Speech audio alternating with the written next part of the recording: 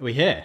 Hello, I'm here. Hello and welcome to this stream. Let me know in the chat if we have sound and video. Some reassurance on that would be amazing. I'm watching it over here and it seems to be live. But hello, welcome to what I've called the lockdown live stream because as of yesterday, I think it was Monday, we've got hi and yes. I'm guessing that means we're possibly live and working. But yeah, as of yesterday, I think the UK is officially on lockdown and we are not allowed to leave our houses on fear of, I heard it was like a £30 fine or something. Apparently, okay, again, yes, it's working. Cool. Thank you for your reassurance. That is much appreciated.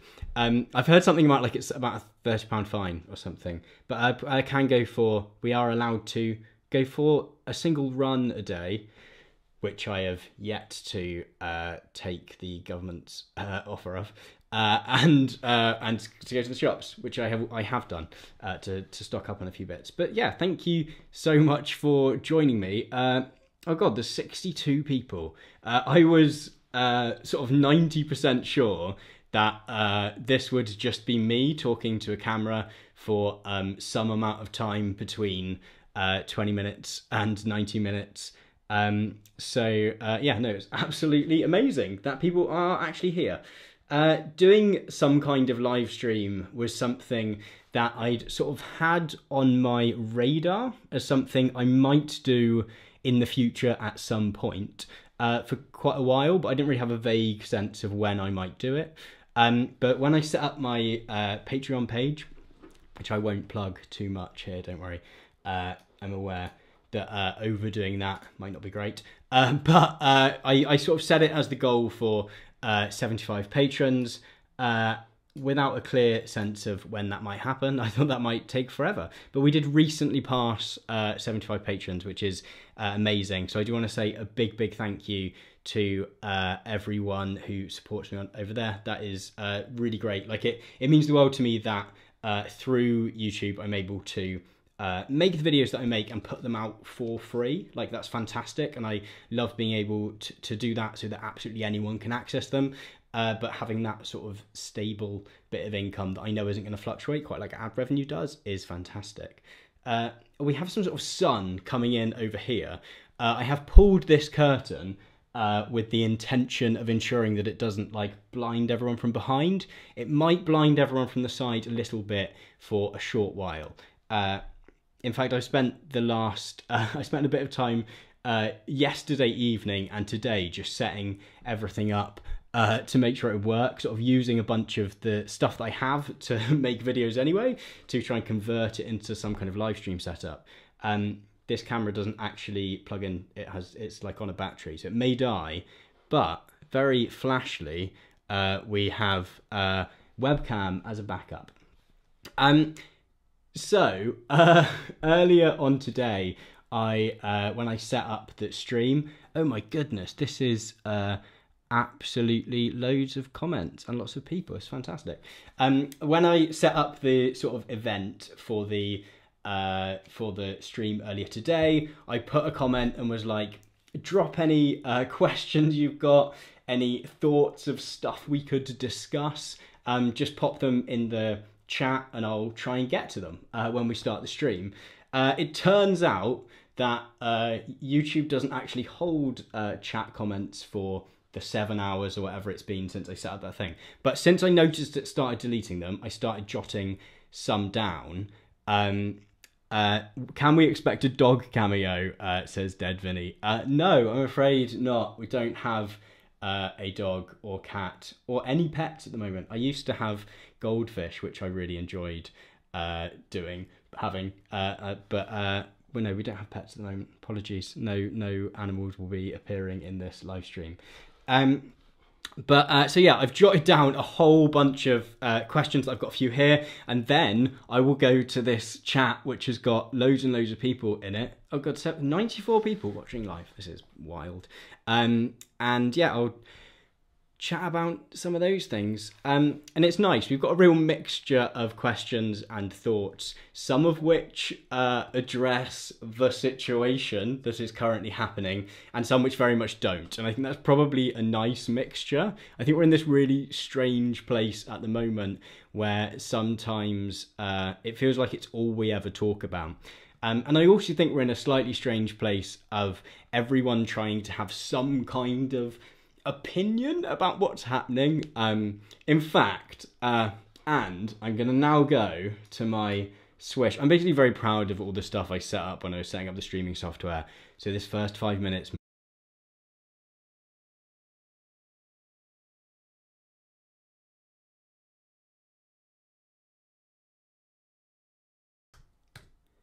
Okay, I'm hoping we're back. Apologies for that.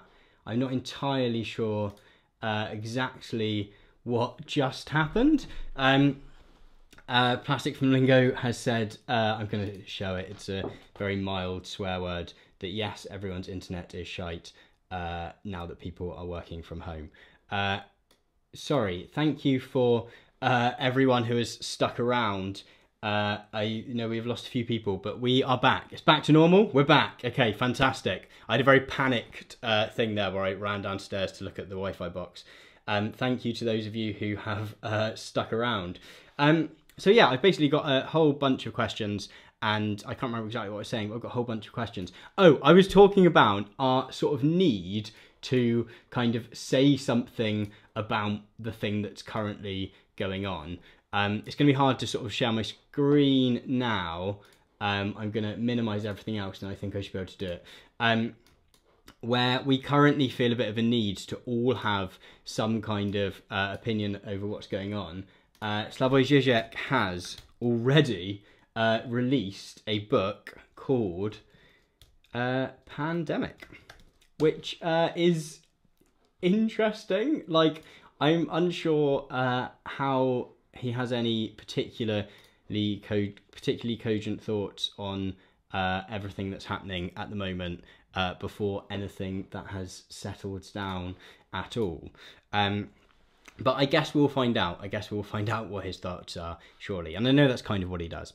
But anyway, we're going to go over here, and I'm going to pull up some of the thoughts that I had from what people have posted already, and I will then try and pick some out of the chat as well, even though they are going super quickly. So one of the first comments that I had, and this was one before I realised that it wasn't going to be able to hold on to everyone's comments for quite so long, so I didn't manage to jot down who wrote it. But was asking about why do people get radicalised by Fox News? And I assume that's sort of Fox News, etc., and sort of right-wing media. And I think I'll have to take that question to be about right-wing media more broadly, because I don't live in America. I've never watched Fox News, therefore I can't really talk to that in particular, I don't think. But I suppose here in the UK we have the Daily Mail, which sort of runs on a similar...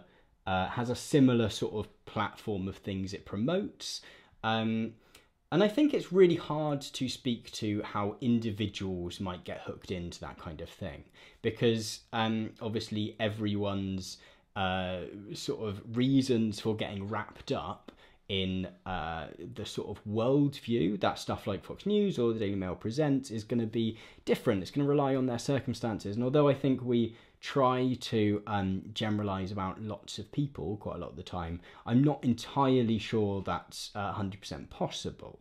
And I think it's interesting in terms of Fox News in the sense of, like, it presents itself as news, and I think that's always going to be part of it, is that for some people, I think, like, media studies is a thing that had really grown in schools and in universities and colleges in the last few years, last few decades, sorry. So probably since I was at school, we did media studies, and that was like a really new thing to study media studies. And so I think while I don't want to make it a generational thing, I think some of us that are a bit younger tend to take a much more critical view of the things we watch on TV or the things we read in the newspapers. And so I think a lot of people engage with something like Fox News or the Daily Mail, and it is just the news, and that they don't necessarily realise the sort of ideological implications of stuff. And people are commenting like the equivalents that exist in their countries, which is interesting. Apparently Republican TV in India is like the equivalent, which is amazing. And thank you to whoever woke up at 1 p.m. Isn't that like the afternoon? That's okay, Redbeard. That's an alright time to wake up. Yeah, and I think there's like an opposite side to this as well. There is a book by I'm going to risk going back off the. I'm going to risk going over to my screen again. There is a book by a chap called Tom Mills, which is called the BBC The Myth of a Public Service, I think it's called.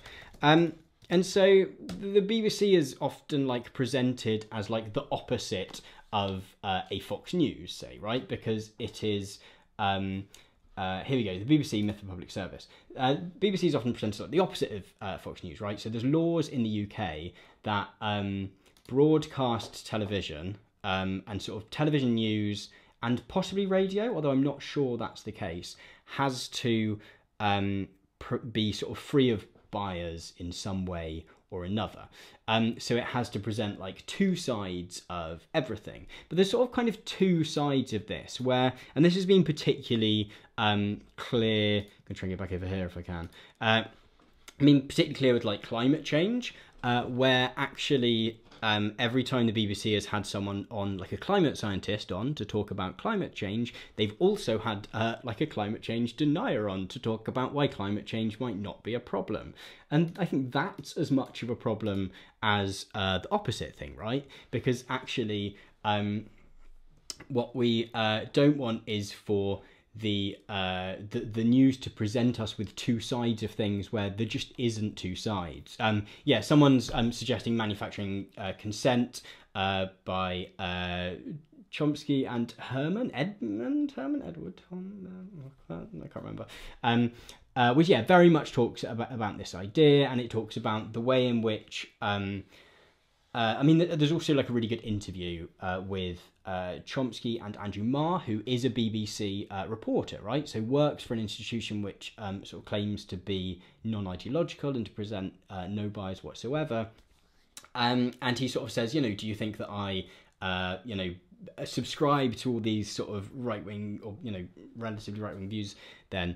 And Chomsky's like, well, no, but you just wouldn't be doing your job if you wouldn't have got into the position you have. Edward S. Herman, yes, who passed away last year. Oh, did he? Oh, that's sad. Like people, yeah. Cool. Someone's learning about the BBC and media at college right now. So yeah, hard thing to answer, but I think there's like two sides to that as well. I think for a lot of us, watching Fox News seems like this ridiculously, obviously very ideological broadcasting service, but that on the other hand, sometimes where we have broadcasting services which suggest that they are very much not, actually there is just as much of a degree of like ideology in the way they present the news as well. I will try not to talk about every single question that I've had through or that is coming through on the chat to quite the same length as that, because we'll be here forever. Didi asked how I think Brexit will affect academia and general mobility for research purposes within Europe. And I feel a bit like that's possibly the kind of question that I am probably not in a position to answer. That sounds like the kind of thing you want to ask like a vice-chancellor of a university or something, rather than me, who's currently trying to finish my PhD as soon as I can. I actually just submitted a draft the other day. But yeah, I'd never actually... So one of the big things about being in Europe was that you could, if you lived in the UK, or you still can until the actual proper Brexit date proper happens, you can travel to any European country and work there. And I had never... Like, I travelled to different European countries, but I'd never sort of done the working abroad bit, and I only actually did that just this January. I was invited to go over to a university in Potsdam, so just outside Berlin, to record a video there and to talk to some students there. So I've just managed to use that right before that ended. But yeah, I feel like there was definitely reports after Brexit happened of instances where universities in the UK and in Europe had jointly applied for some funding for a project, and then the universities in Europe had decided not to do so with the British universities because it just likely affected their chances of getting it. Someone, a bottle of Signy, who comments on my videos a lot, I believe. Thank you very much for doing that. Those of you who do pop up a lot are noticed, so thank you. Has asked, how have the university strikes affected me? I believe I have a poster somewhere. So I have been on strike. I do. Here we go. I'll pull them out. We'll be back in a second.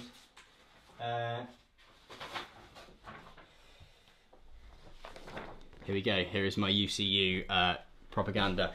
So yeah, I was on strike. So there's sort of two issues in the university strikes which recently happened.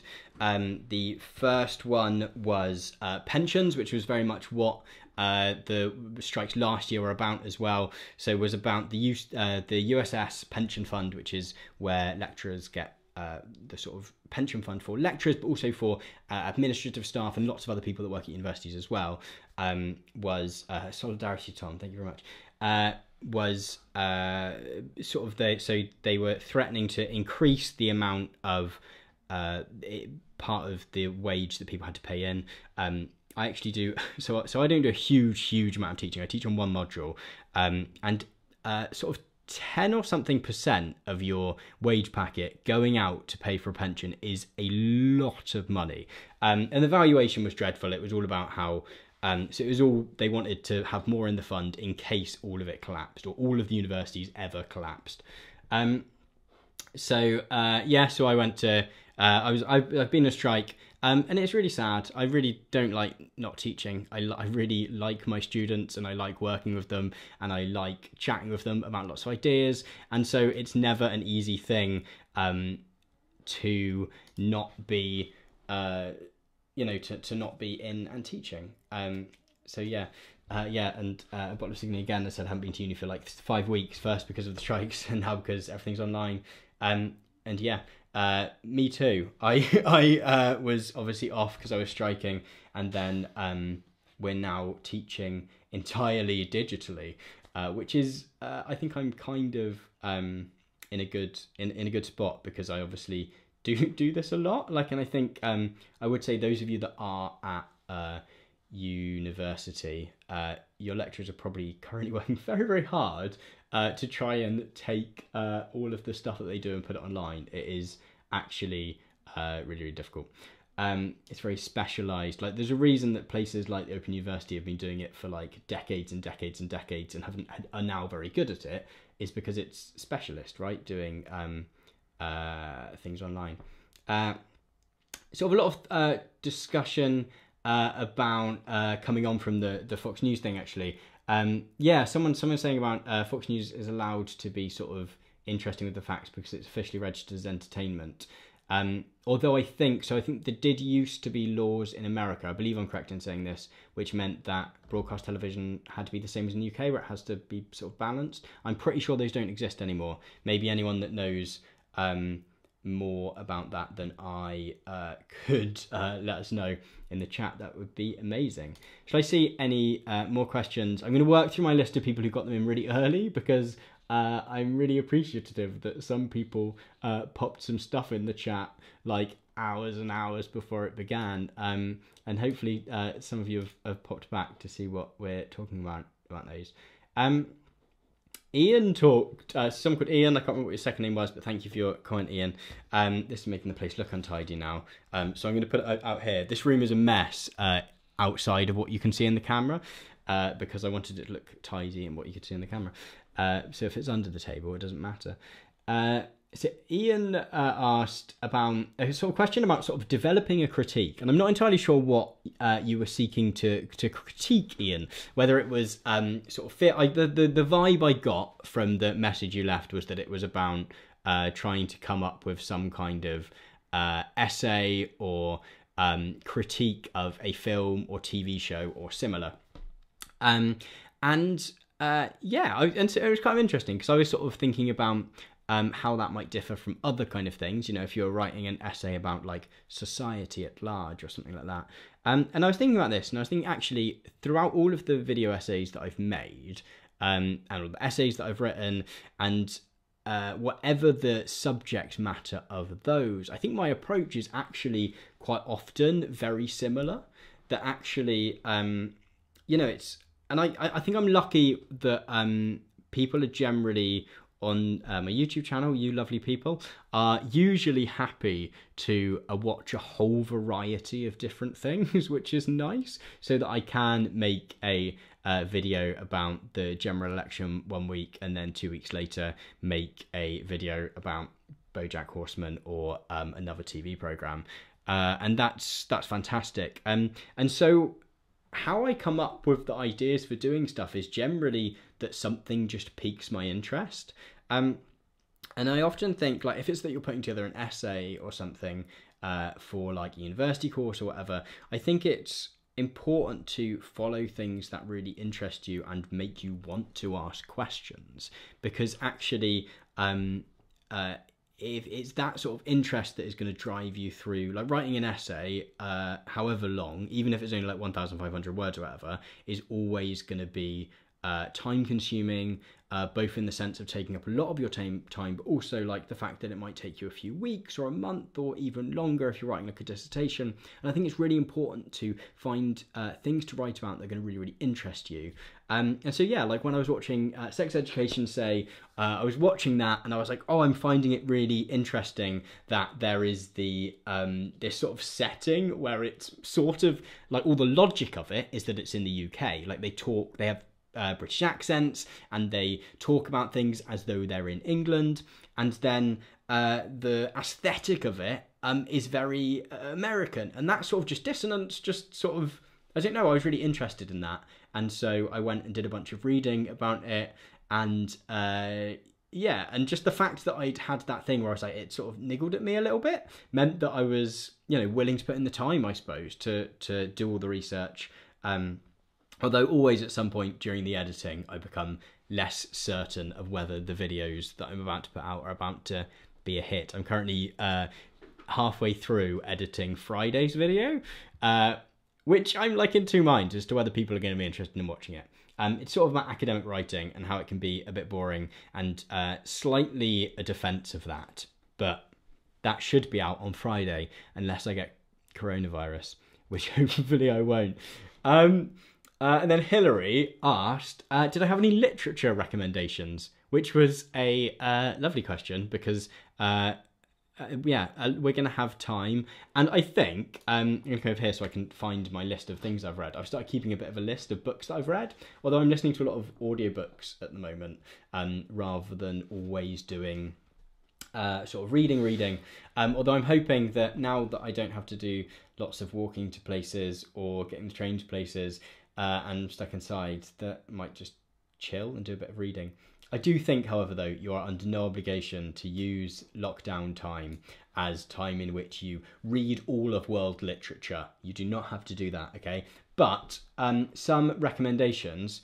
I am currently reading Kurt Vonnegut's Slaughterhouse-Five, which my friend Hugh, who does keep popping up in the chat, is also reading, and was the other day when I was chatting to him also on a very similar page of that book, but which I'm really enjoying. But the book that I read before is one of the books that has really taken my interest in a much quicker way than any other book that I've read in quite a long while, and that was The Bell Jar.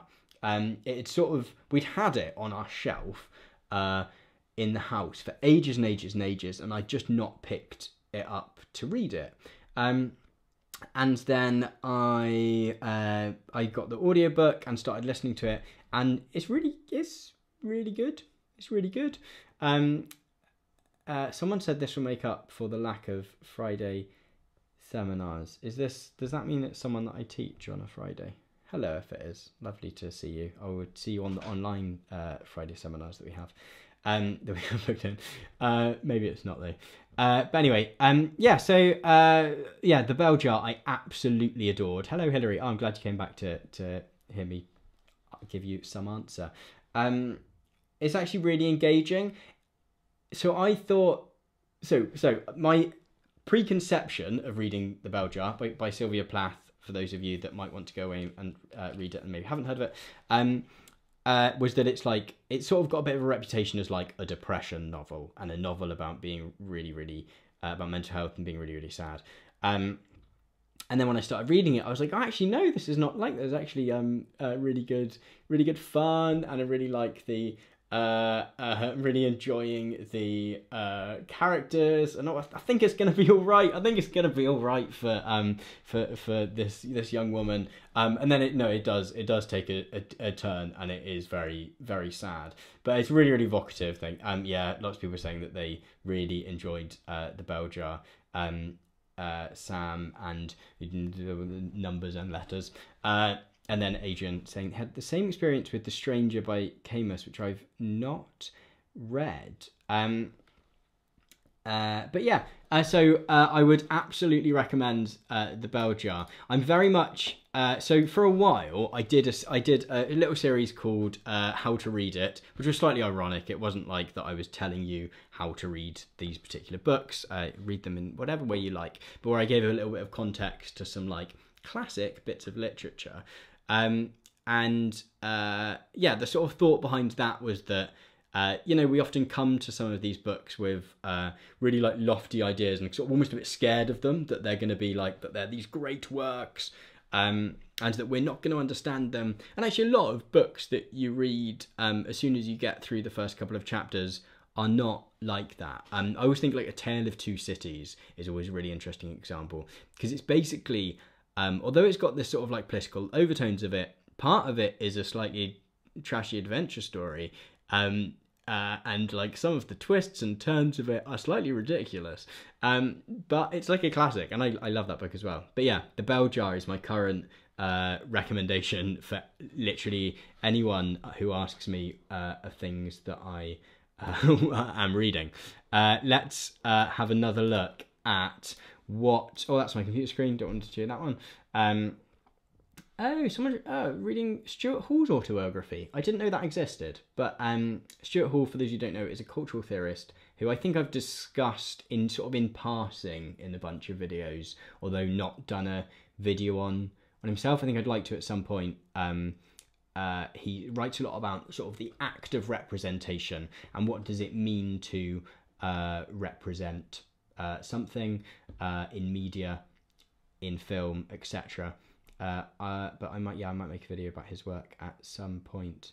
Hello, little Tom, Claire's son. Oh, little Tom, yeah, hello. Lovely to see you, Tom. I appreciate your enthusiasm. Cool. Okay, I'm looking through now. I think I've have I answered? So I've answered all the pre-questions. I'm going to roll up the chat and see what what kind of stuff we've had. Or what have we had recently? I've not read any Thomas Pynchon. I haven't.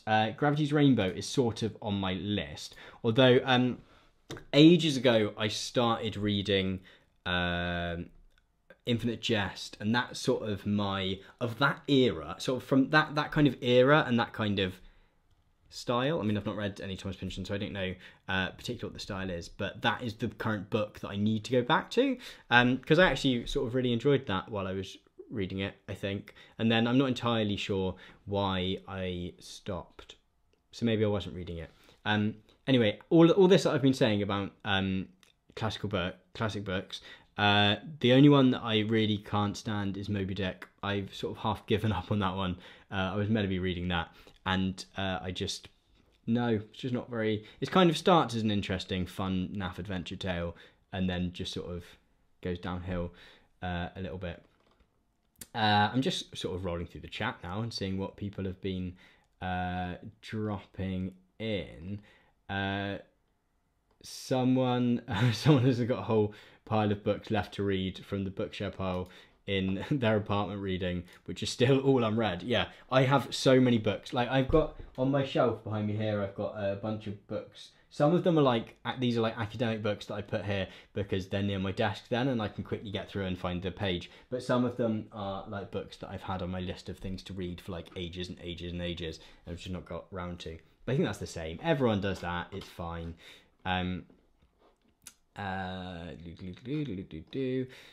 Let's have a think. Someone asked a really interesting question about institutions, but I can't find it. Oh, okay, one about video games. This is cool. Okay, so William Baxter has written, any thoughts on cultural artistic critique of video games as opposed to standard reviews which seem to focus on fun factor? How long do you think until it will be taken as seriously as literature?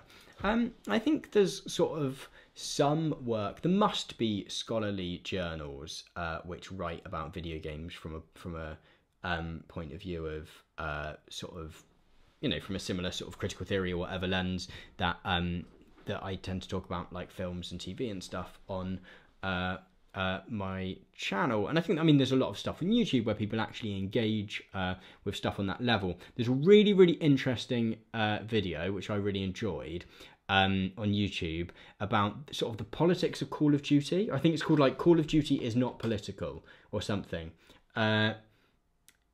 which was really interesting. If anyone has seen that and can remember who it was by, then drop that in the chat thing and I'll let everyone know. But yeah, there was a really interesting video, and it's sort of about the someone's lecture at uni. But I was thinking again, hello again. It says does gaming critiques. Interesting. That's really cool. But yeah, so there's a video about sort of the politics of Call of Duty, and the people who make Call of Duty have been like, oh, it's not political because it doesn't have politicians in it, so it can't be political, even though like it's evidently a video game where you are in a real war that is taking place. This was the Modern Warfare games, and so yeah, it was really really interesting. What do I think of? I mean, I think you have to be able to engage with video games on that same level, right? They engage with life in very, very similar ways than TV and film do. And then there's that added level of sort of how you're interacting with it. There's also Dan Olsen from Folding Ideas. Is that what Dan Olsen's channel is called? Someone we know.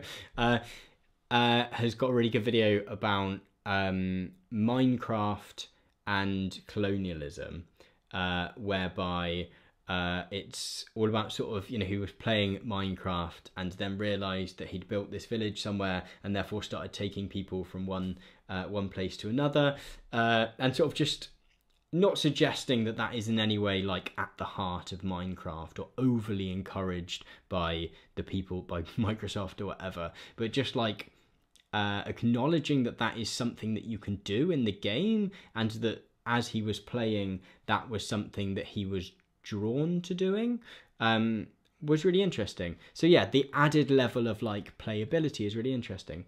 And also, yeah, Dan Olsen is Folding Ideas. Thank you, Mungo Jackson. But yeah, there's also oh sorry, TF said that as well. But there's also a whole bunch of things like I mentioned in my Little Women video, different end of the like legitimate culture scale, as Pierre Bourdieu would say.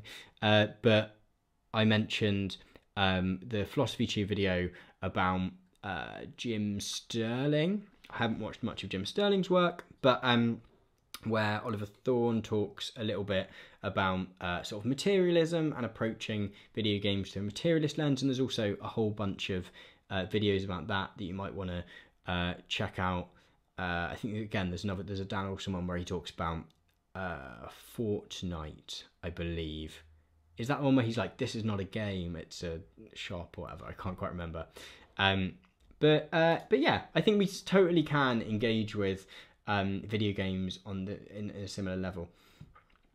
Cool. What's happening? Okay, apparently a book, Trond Arland, I might be saying that right, In-Game Agency, Action Beyond the Player, if you are interested in video games. I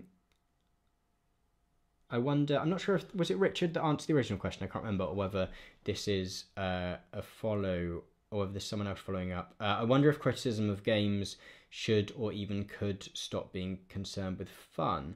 I think it's in the same way that some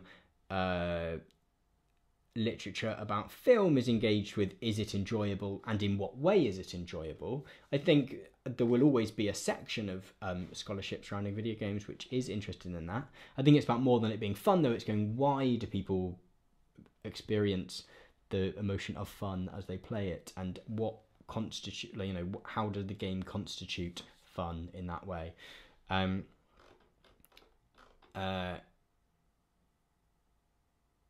Could I name some books which could help me as a beginner in cultural studies?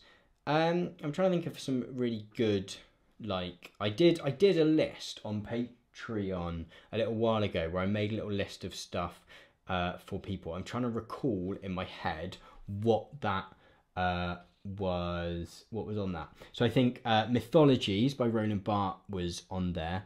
Not necessarily for, well, partly for the, he talks a lot about, there's an essay called Myth Today at the end, which is really interesting, and might be the kind of thing that you might draw upon if you're writing some sort of essays within cultural theory. But also just so the book Mythologies is made up of lots of different essays about all kinds of different things. So there's one on wine, and wine as a sort of signifier of Frenchness. There is one on a advert for soap. There is one on wrestling, is probably the most famous one, where he writes about, oh, thank you for a super chat. Thank you very much. I'll get to your thing in a second, Lewis. Yeah, so mythology is good for that sense in terms of thinking about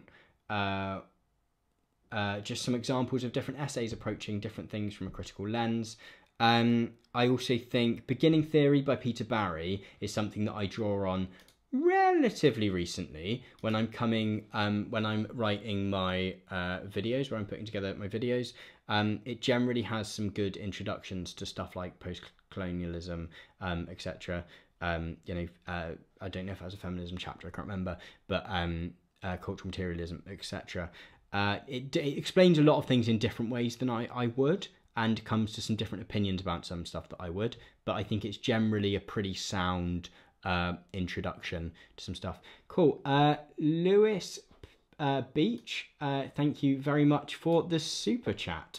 I enabled that as a thing. I didn't exactly know what it meant, but but yeah, thank you very much for doing so. So he's asked, hi Tom, do you think Marcuse's One-Dimensional Man has anything to say about the nature of online communities today? So in One-Dimensional Man, Herbert Marcuse, I will admit to not having read all of One-Dimensional Man, but he sort of suggests that the sort of main thrust of the book, as I understand it, and Lewis, you may have a much better knowledge of the book than I do, in which case, please jump in the chat and I'll tell me that I'm wrong. But the sort of main thrust of the book is that contemporary capitalist society has brought about a situation in which we're just not good at thinking critically about the world around us.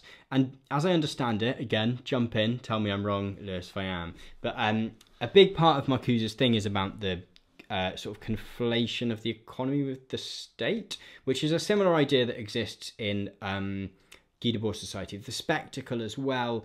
And I think it speaks to a very particular moment in time, and is very much pre-neoliberalism. And so I think there is, so it talks a lot about the sort of economy and the state becoming very much meshed in society. In particular, he talks about some of the similarities between the USSR and the sort of advanced capitalist nations, and how, although they sort of suggest that they are the complete opposite with one another. Actually, there's a lot of sort of similarities, but I'm sort of the opinion. I'm sort of of this opinion with Society of the Spectacle as well. Although I know I've made a couple of videos about it and I've talked about it and I've sort of said there are a bunch of different things that it says which are very much relevant to the present political, social, economic moment.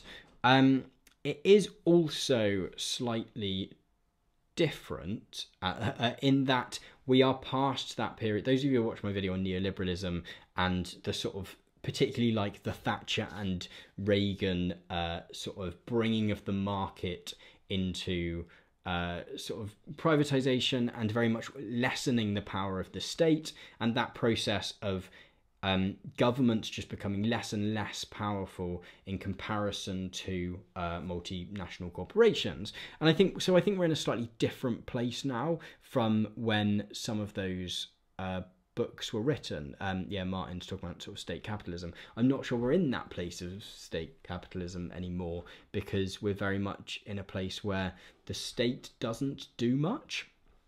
And something I think we're finding and are possibly going to find out more in the coming weeks and months is that that scenario where you expect the market to respond to everything isn't quite gonna work in a scenario where we have a disease that is killing lots of people, and we need some kind of like central organization for how we're going to respond to that, and we need and because it spreads so easily between people, that we need a way of dealing with that can treat everyone. In fact, I've been umming and erring. Let me know what your thoughts on this in the chat about making a video, although I said earlier that it was too soon to say anything, which sort of revolves around some questions surrounding the present situation, as we'll call it, because apparently it's quite easy to get your videos blocked or taken down by YouTube if you mention it too much. But less about the virus itself and more about the things that it's revealing about our society. I think over the past few weeks we've seen that the markets can't respond to every kind of to this kind of situation, right? They just can't do it quick enough, and they can't do it evenly enough, because you can't, if we do find a vaccine for COVID-19 at some point, it's going to have to be available to everyone, because even the rich people will get it, will still get the disease if not everyone can be immunized. But so yeah, I've been debating making a video about less about the disease itself, more about the things I think that it's revealed about our society. But also, I think something I was thinking a lot about today was, so there is a quote by Milton Friedman, very much an architect of neoliberalism, where he talks about he sort of there's a quote where he says that when a crisis emerges, someone will probably think about this. When a crisis emerges, sort of the response is informed by the ideas that are lying around at that given point in time. So when the OPEC crisis hit in the late 1970s, it was the ideas of neoliberalism and of privatization that were around, that someone's writing about, Old Junk Aesthetic is writing about Friedman now, were the ideas that were around, and so were the ones that informed the response to the sort of stagflation, so the stagnation of the economy and the inflation at the same time, so that prices were rising and then wages were rising and then prices and then wages. Those were the ideas that informed the response to it and led to big privatizations and the sort of weakening of labour power in terms of negotiations.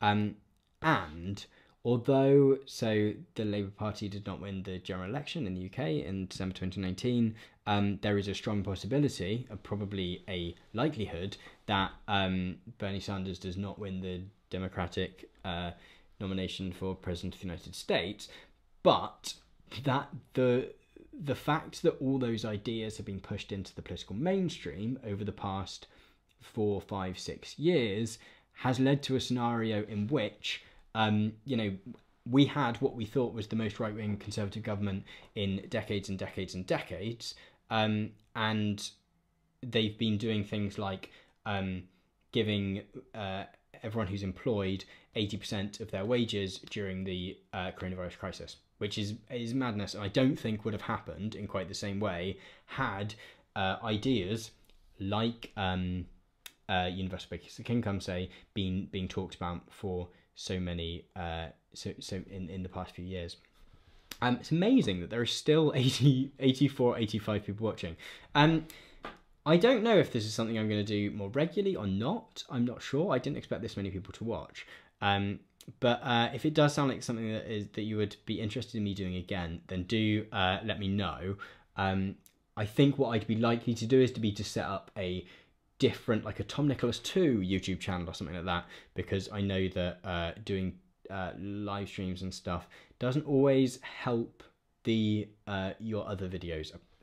From what I've seen from, like, I'm part of a couple of like YouTube sort of Slack groups and stuff where people talk about stuff like that, really boring stuff. But if I decide to, if they're interesting, let me know. If you would like me to do more, let me know, and I will do so.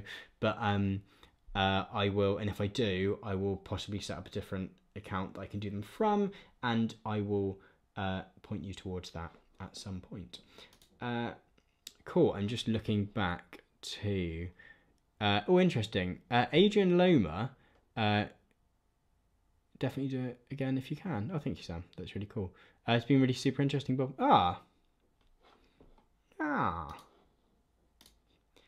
It's nice people saying nice things, isn't it? It's just, however, yeah, that's nice. Thank you, everyone. Cool. So, someone said something interesting. Someone shouted out their podcast, and I thought I'd give it a shout out. And now it's it popped up. Oh, some people saying yes to a coronavirus-ish, but not coronavirus video. Okay, it's not a video about the virus that I'm planning. It's a video about what the virus reveals about the world as it exists. Also stuff like just the gendered nature of labour as well, in terms of like the most important things at the moment essentially are nurses and people looking after kids, and all of that stuff primarily falls on women, and that stuff's just becoming really apparent, and some of that stuff is stuff we'll either notice or we won't, and I think we should, obviously. Okay. What was I going to say? Someone had said something about their podcast. Where's it gone? And it sounded interesting. Okay, so Adrian Loma said he made a mini podcast about Malthusianism in the news and as policy in the US, Italy, and Spain. Tell me what that... Sorry, that sounded very demanding. Do you want to tell us what it's called in the chat? And I'll give it a bit of a shout out. But that's really interesting. I think there's been some... For some reason, Malthus has come up a lot. So there was a thing... an article that someone... so there's a thing today, this is what I'm trying to talk about, where Extinction Rebellion, someone had set up an Extinction Rebellion group which were putting up posters that were like, coronavirus isn't the virus humans are, or something like that, which is very much like Malthusian in its sense of like, humans are the problem, there's too many of us, we need to like bring down the population or whatever, which is awful stuff. Like it just doesn't...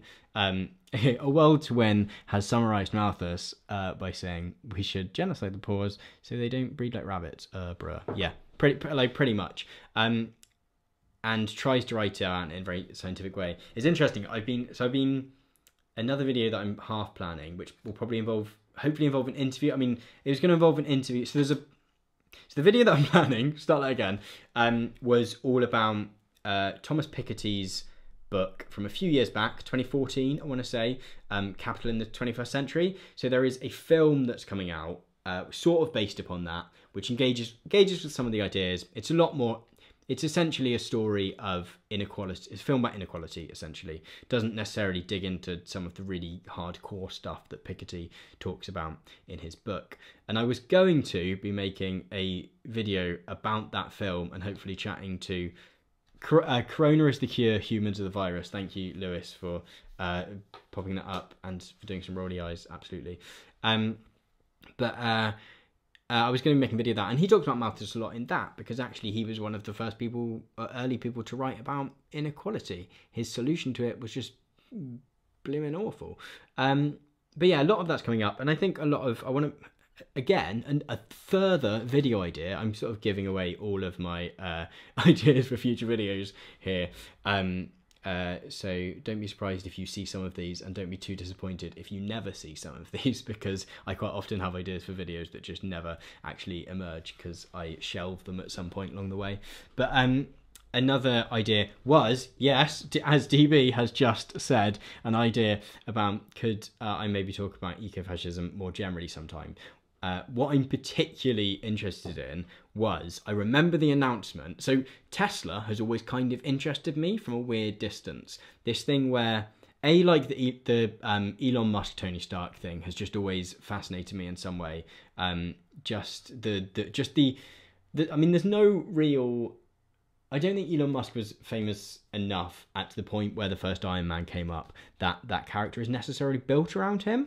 Someone might be able to tell me otherwise, but there's definitely that like relationship in our culture, at least if not in the films, between Elon Musk, the person who does cool stuff and is going to save the world with massive batteries, and Tony Stark. And I think I think a lot of people view Elon Musk as though he is Tony Stark. Maybe it's the other way around then, but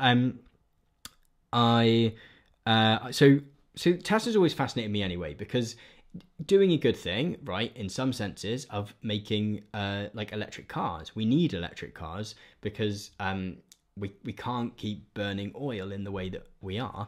But then making them like really expensive. I think there's something about, oh, didn't Elon literally appear in one of the films? I don't know. Is he in one of the films? Should I have a look? Should I go back to my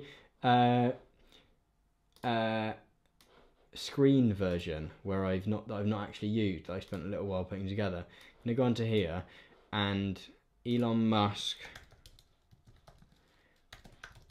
Iron Man. I can't see the chat at the moment, so I won't know if anyone's telling me. Oh yeah, Elon Musk in Iron Man 2. Sorry, I don't know if I can play the video or whether it will is he gonna pop up? Is that him? Okay, yeah. Ignore me. He's absolutely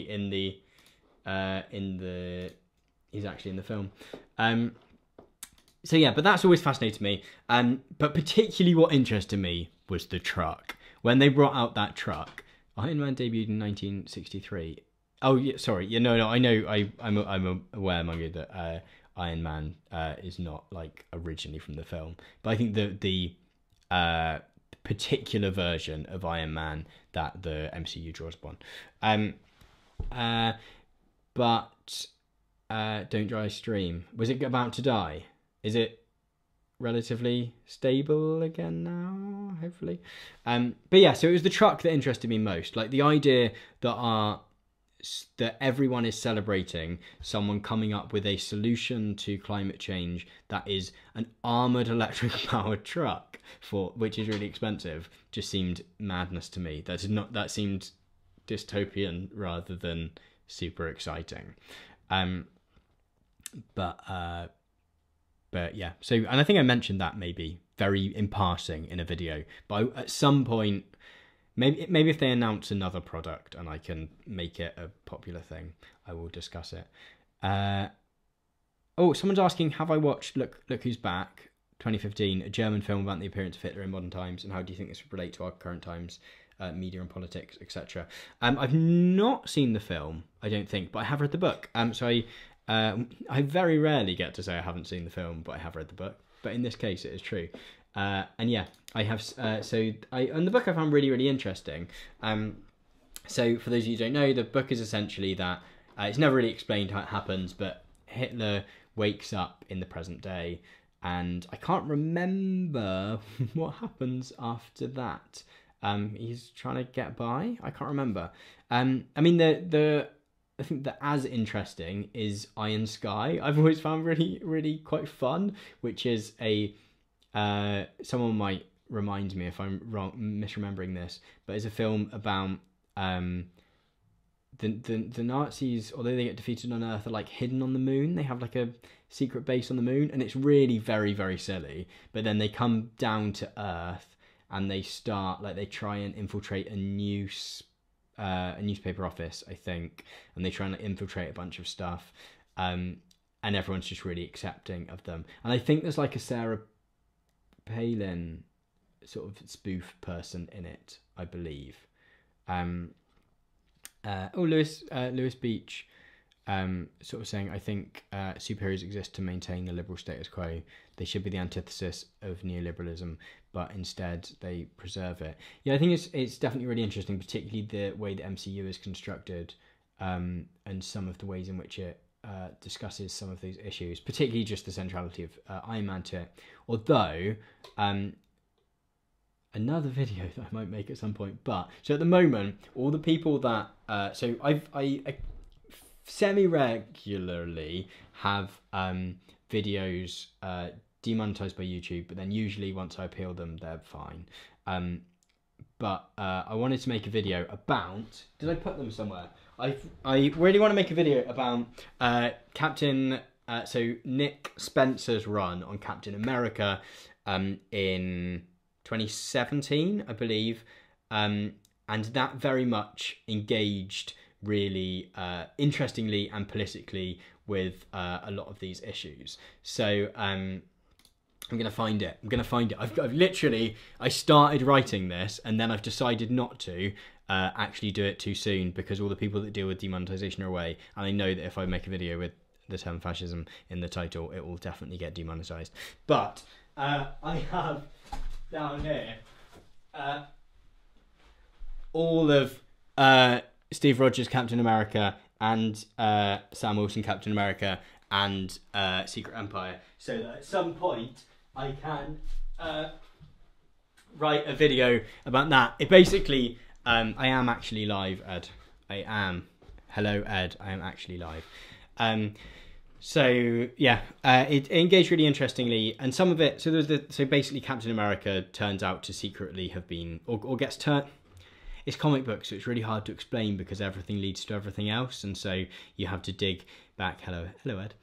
You have to dig back so far, but essentially, Captain America gets turned into or gets made to think that he is Hydra, and he sort of takes over the United States, and it becomes, and sort of it. I think the intent was for that to in some way be a critique of Trump, but that's the least interesting thing about it. It asks really interesting questions about national identity and our relationship to national institutions and to national narratives. And I think it was a really, really fascinating run. So if any of you do feel like the MCU version of a lot of those characters is very neoliberalism centric, I would definitely suggest, I will save this live stream to watch back later, I believe.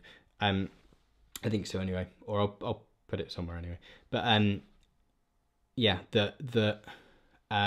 some of those runs are really, really interesting. Oh, thank you for great discussion. Thank you for sticking around. Really, I thought there was going to be like 15 people max, but we've had more than 80 people all the way through, and we've been going for 61 minutes. I'm going to wrap it up soon. I'm not going to do too much longer, I don't think. But yeah, so if any of you do feel like that about the present MCU, the Nick Spencer run on Steve Rogers Captain America and Secret Empire, but also Sam Wilson Captain America, which leads up to it, is really, really interesting. So Sam Wilson, who is the Falcon in the films, takes over as Captain America, and he goes to the Mexico border and is helping people across and is taking down sort of corporate elites and stuff. It's really well written and really well done. Cool. Do I think I might be interested in doing a video about fandom? I'm not sure. I don't feel like it's a culture that I've particularly engaged with, and so I don't really know anything about, I'm afraid. So I feel like I do feel like I'd be coming at it from an angle of complete no real experience or knowledge. Sam Critchlow has written, one thing that I find interesting is that Tony Stark's supporting neoliberal ideologies, and yet in Civil War he's supporting state control and intervention. Yeah, I've definitely seen Civil War, but I've been reading a whole bunch of Marvel comics for quite a long time. But initially the films I just couldn't get into at all. So initially I didn't particularly watch the films, but I've recently got into them, and I've seen Civil War, but I can't really remember the film version of it. But yeah, that's interesting. I'm going to wrap it up, everyone. Thank you so much for being here and for chatting. Yeah, let me know again if this is something you'd like to do. And again, this was something that I decided to do as a having reached 75 patrons. So if you would like to support, thank you, Richard. I'm really glad you've got. Thank you, everyone. I'm glad you've all got stuff on my videos. It's really nice. So yeah, if you would like to support me to make more videos, then you can check that out at patreon.com/TomNicholas. I won't push that too much, but thank you. Yeah, I hope this has been interesting. I hope everyone is safe and well. These are very interesting times.